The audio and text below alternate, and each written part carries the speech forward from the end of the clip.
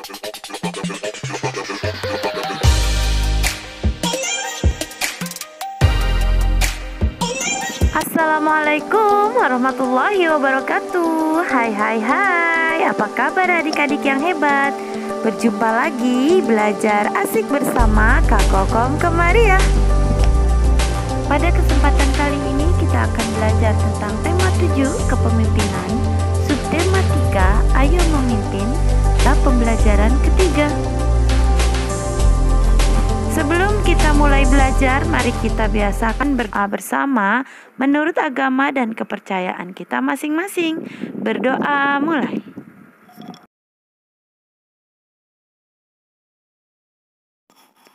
Fokus pembelajaran kali ini yaitu pada mata pelajaran Bahasa Indonesia, PPKN, dan IPS. Tujuan pembelajarannya yang pertama yaitu melalui kegiatan mengamati, siswa mampu menyusun teks pidato dengan percaya diri. Kedua, melalui kegiatan diskusi, siswa mampu mengidentifikasi nilai-nilai Pancasila yang diterapkan oleh anggota koperasi. Ketiga, melalui kegiatan mengamati dan penugasan, siswa mampu menuliskan informasi tentang bentuk-bentuk kerjasama dalam pendidikan antar negara di ASEAN dengan benar.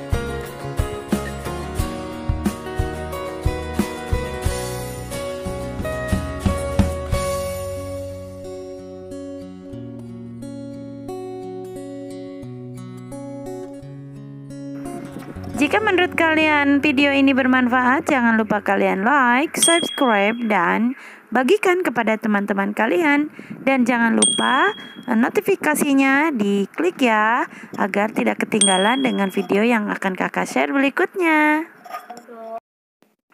Bergotong royong menandakan bahwa kita saling membutuhkan dan bukan makhluk yang paling sempurna. Siapkah kamu menjadi pemimpin yang dapat menghargai sesama? Bacalah teks pidato berikut, kemudian lakukan perintah dari teks yang ada di bawahnya. Bapak dan Ibu guru serta seluruh karyawan SD Palapa yang saya hormati. Tidak terasa sudah 1 tahun saya menjalankan kepercayaan dari Bapak dan Ibu untuk memimpin koperasi karyawan kita.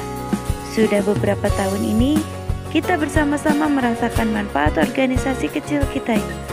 Perlu kita ingat kembali bahwa tujuan mendirikan koperasi bukan untuk mencari keuntungan. Koperasi karyawan kita didirikan untuk meningkatkan kesejahteraan bersama. Semua anggota memiliki kesempatan yang sama untuk menikmati hasil atas berkembangnya usaha bersama ini. Bapak dan Ibu, kekeluargaan dan kebersamaan adalah modal utama dalam koperasi ini. Peduli terhadap jalannya usaha koperasi menjadi kewajiban tiap anggota, bukan hanya tugas ketua atau pengurus. Semua memperoleh kesempatan untuk belajar. Secara mandiri, kita menetapkan jenis usaha koperasi dan menjalankannya. Pengurus yang melaksanakan, anggota yang mengawasi dan memberi masukan. Keuntungan pribadi tidak diutamakan. Justru melalui koperasi, kita mengasah kepedulian terhadap kebutuhan anggota lain. Sudah 5 tahun berjalan, semua keputusan kita tetapkan bersama secara musyawarah. Begitupun dengan keuntungan koperasi di tahun ini.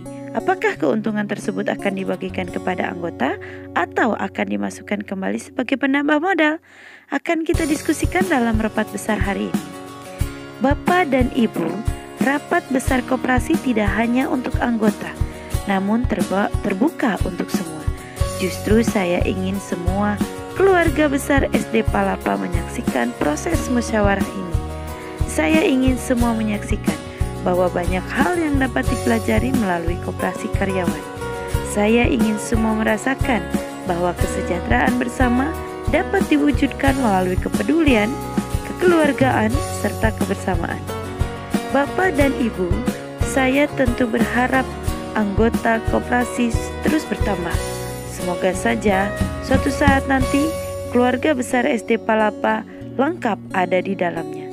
Tak perlu risau memperhitungkan keuntungan pribadi, tetapi ayo kita berusaha mewujudkan kesejahteraan bersama melalui koperasi. Nah adik-adik, dari teks pidato tersebut tentukanlah bagian pembuka, bagian inti, dan bagian penutup. berilah tanda di bagian tersebut dengan pensil. Sebagai contoh seperti ini. Pada paragraf pertama, inilah bagian pembuka pada pidato tersebut.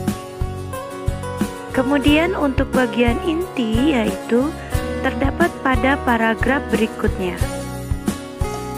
Kemudian pada paragraf terakhir itulah bagian penutup pada pidato tersebut. Ayo berdiskusi.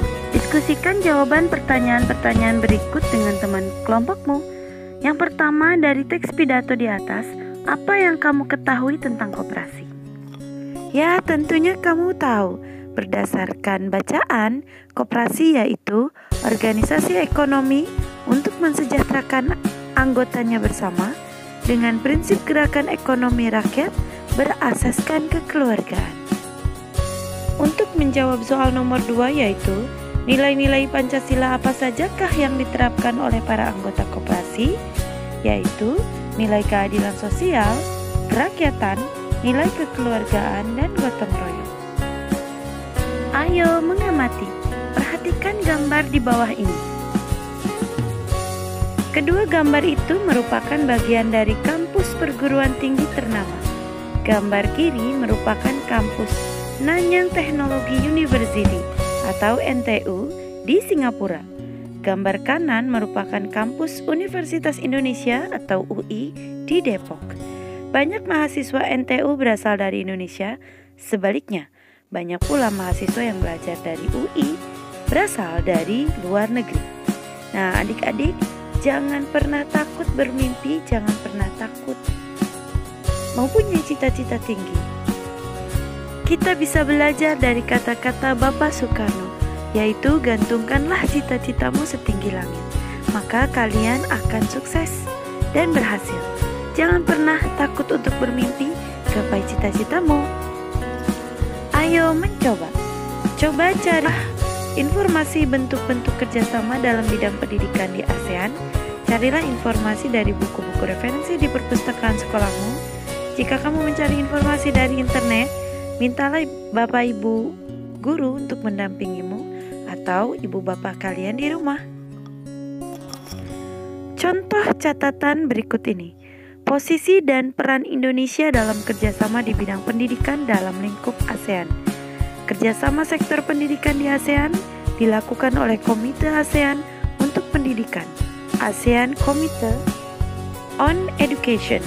Komite ini memfokuskan pada upaya mensinkronkan standar ijazah, memperkuat dan meningkatkan keterampilan dan ilmu pengetahuan pemuda ASEAN.